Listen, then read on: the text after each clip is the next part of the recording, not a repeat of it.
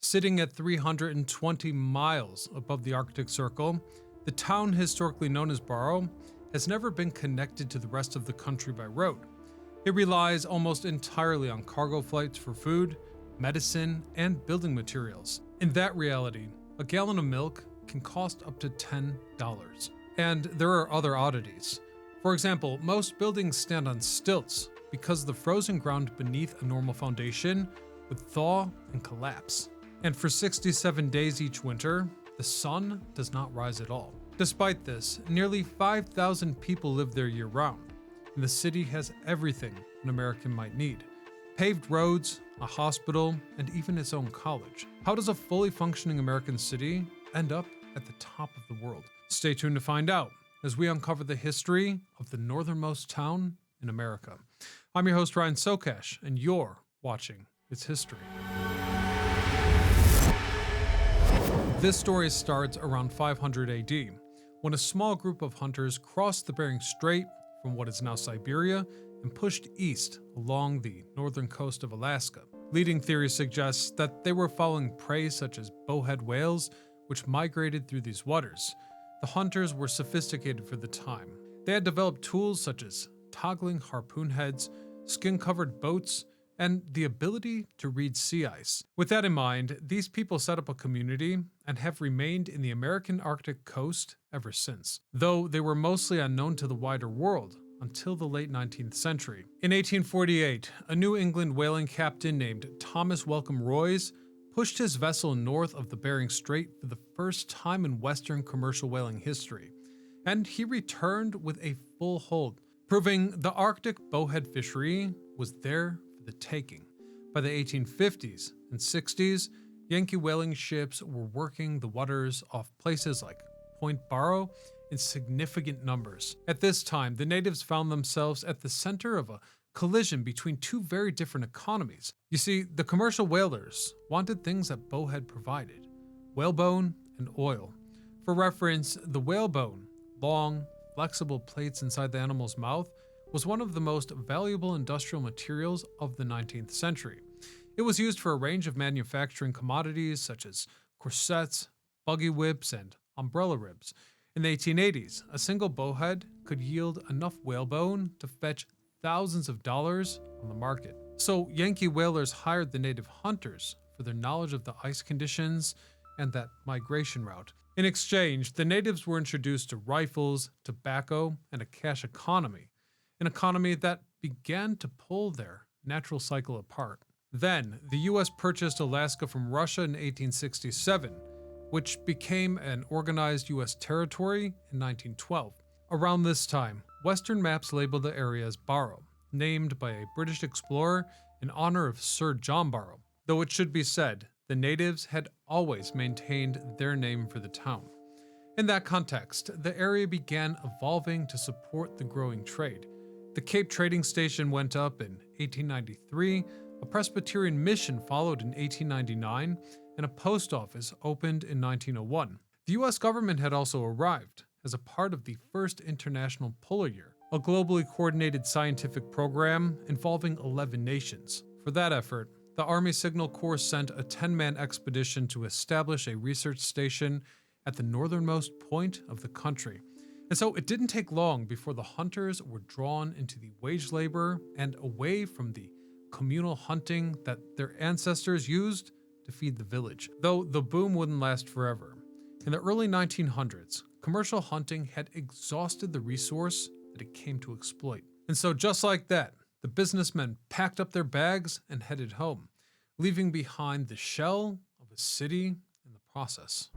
A tragedy briefly thrust this remote outpost into the global spotlight in August of 1935, when the legendary Will Rogers and the famed aviator Wiley Post were flying through Alaska and their engine failed, sending both men to their graves. Although the disaster was horrific and it shocked the nation, it also put a pop culture spotlight on the region. Then, after the outbreak of World War II, a string of radar stations were constructed throughout the war and into the 1950s.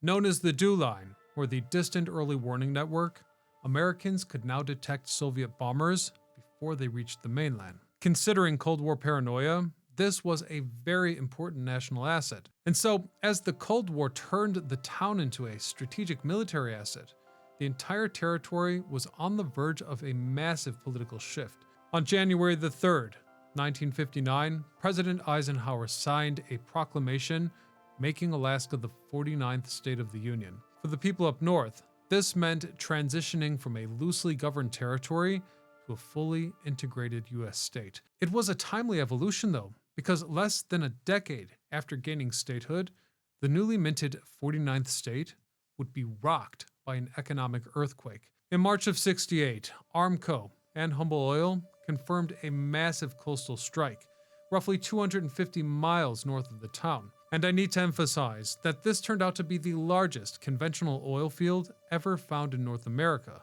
at an estimated 9.6 billion recoverable barrels. So almost immediately, the question of who had the right to tax that infrastructure became paramount. Eben Hopson, a native leader, understood this and acted fast. Born in Barrow in 1922, Hopson had served in the Alaska Territorial Legislature and later worked in the governor's office in Juneau. And Hopson wanted to take the tax revenue from this discovery. He was backed by a massive legal turning point, the landmark Alaskan Native Claims Settlement Act, signed into law by President Nixon. And I should say, this was the largest land claims settlement in U.S. history, transferring 44 million acres of land and nearly $1 billion to Native-owned corporations. And it was this newly recognized legal leverage that gave Hopson the ultimate foundational foothold that he needed. Now yielding the support of Washington, he recognized that an industrial transformation of the North Slope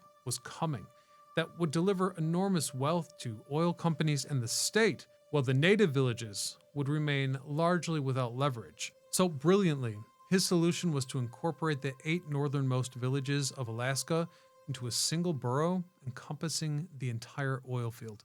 For clarity, a borough is a form of county government with the authority to levy property taxes on everything within its boundaries. And so the idea to unite them all was that the captured revenues could fund everything that the communities there lacked. In 1972, following a campaign that Hopson ran himself, Alaskan voters approved the Northern Slope Borough, and Hopson became its first mayor.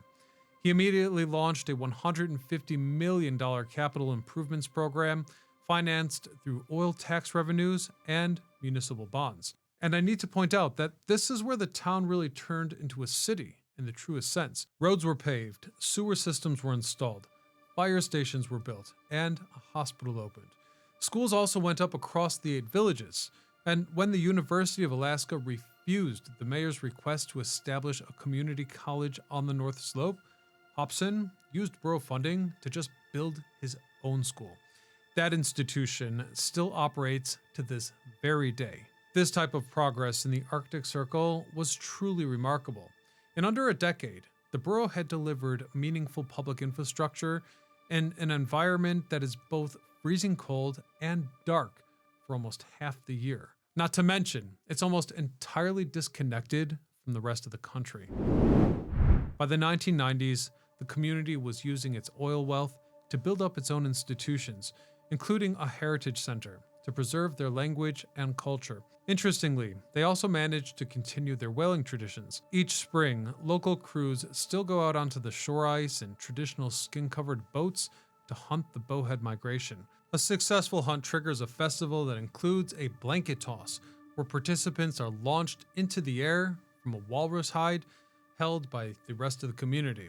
Aside from that, as the town crossed into the 21st century, it also became the front line of climate research. As the region is warming at roughly 4 times the global average, researchers have observed that sea ice, once formed by October, now sometimes holds off until January, leaving the coastline exposed to storms that the ice had previously absorbed. And here's the problem. The permafrost bluff behind the downtown core is retreating fast enough that the edge has closed to within feet of residential areas, meaning the North Slope has some of the fastest coastal erosion measured anywhere in the US. However, this erosion has also opened a treasure chest from the past, as bones of the ancient mounds are protruding from the bluff itself. The 800-year-old remains of a young girl, determined to have been the victim of starvation and disease, were also uncovered by coastal erosion, leaving many to question if, at this rate, anything else will be left for archaeologists to find another 800 years from now. I suppose we'll just have to wait and find out. But until then, this is Ryan Socash, signing off.